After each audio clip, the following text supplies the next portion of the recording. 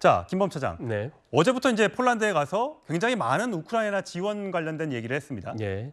앞으로 이제 우크라이나가 전쟁이 끝나고 전후 복구를 해야 될 경우에 우리나라가 가서 많이 도와줄 수 있다, 지원할 수 있다라고 예. 얘기를 했습니다. 예. 그 규모가 굉장히 크다면서요. 네, 그러니까 이제 그 5월 달에 우크라이나 정부 요청에 따른 뭐 200억 달러, 약 25조 원이죠. 그 재건 프로젝트와 320억 달러, 약 41조 원 규모의 민간 주도 사업, 요걸 합치면 우리 돈 약 66조 원 정도가 됩니다. 예. 그래서 여기에 하겠다라고 하는 뭐 기업들, 삼성물산, 현대건설 아주 굴지의 기업들이 있는데요.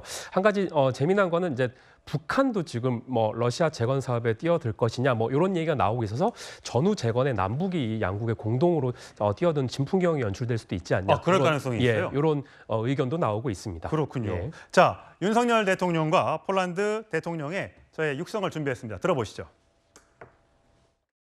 우크라이나 재건에 있어 최적의 파트너가 될 수 있다는 점에도 공감하였습니다.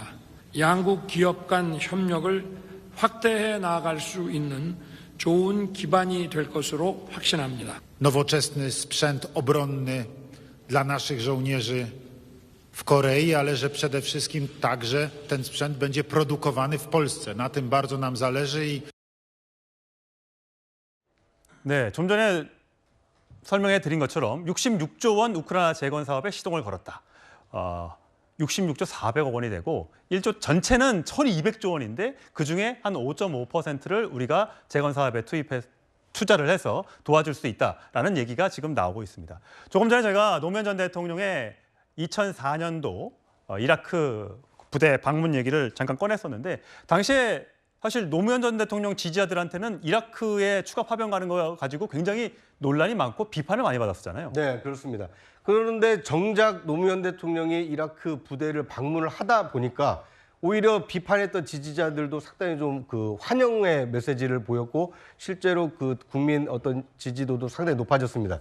왜 그러냐면요. 당시 이라크의 경우에는 파병을 두고 굉장히 찬반 여론이 많았습니다만 네. 노무현 대통령은 우리나라 대통령은 군 통수권자 아닙니까? 예. 군 통수권자가 이 해외에 나가 있는 장병들을 위로하기 위해서 직접 대통령이 왔다. 이런 메시지가 장병들뿐만 아니라 장병 가족 그리고 많은 이 군인 가족들에게 위안을 줬고 예. 대한민국의 어떤 이 높아진 국격을 좀 보여주는 상징적인 장면이었기 때문에 노무현 대통령 지지율이 높아졌었는데요.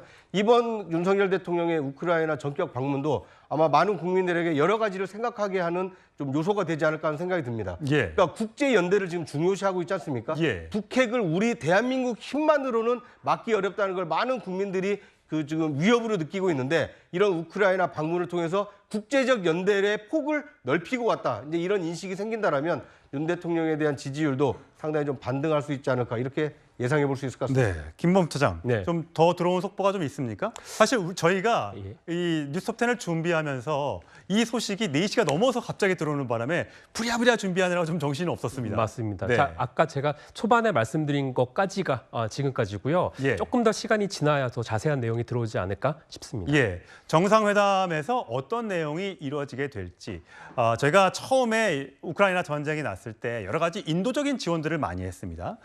물자를 지원하기도 하고요. 또 여러 가지 뭐 사람들의 도움이 많이 갔었는데 그런 부분도 논의가 되겠죠. 근데 지금 우크라이나 전쟁이 어디 정도까지 지금 진행이 됐습니까? 뭐 잘 아시다시피 우크라이나 전쟁은 아직도 뭐 포탄이 떨어져 있고 사상자들이 많이 나고 있어서 이게 정말 그 소위 말해서 팔로우업을 할 수 없을 정도로 계속 진행이 되고 있고요. 사실은 그래서 지금 현재의 최고의 이슈는 뭐냐면 지난주에 나온 바와 같이 이제 미국이 그 사용을 금지하고 있는 악마의 무기인 집속탄 지원을 전격 발표했고요. 그래서 국제사회가 우려를 나타내고 있다. 이런 것까지 나오고 있습니다. 그래서 이런 상황에서 우리나라가 어쨌든 이제 우크라이나에 가서 대통령이 이제 정상회담 한 다음에 자, 그 다음 스텝은 무엇이냐? 요게 또 하나의 이슈가 될 수가 있는데요. 사실 우리나라는 아직까지 살상 무기를 제외한 뭐 방탄조끼 같은 군수품까지는 지원하고 있는데 네. 자, 그 다음에 정말 이 무기를 지원할 수 있을 것이냐? 요 이제 논의가 이제 다음 스텝에 나오지 않을까 전문가들이 예측하고 있습니다. 그러니까 지난번에 우리 정부가 우크라이나 전쟁이 학살이나 이런 인력 많이 다치는 경우가 발생할 경우에 네. 무기도 지원할 수 있다, 방어용 무기도 지원할 수 있다라고 얘기했었는데 예. 거기까지는 아직 논의가 진행된 건 아니라는 말씀. 예, 아직까지 오늘 그럼 정상회담에서 그 논의가 이루어질 수도 있을 것으로 봅니까? 예, 뭐 그거는 뭐 일단 나와봐야 알겠지만 예.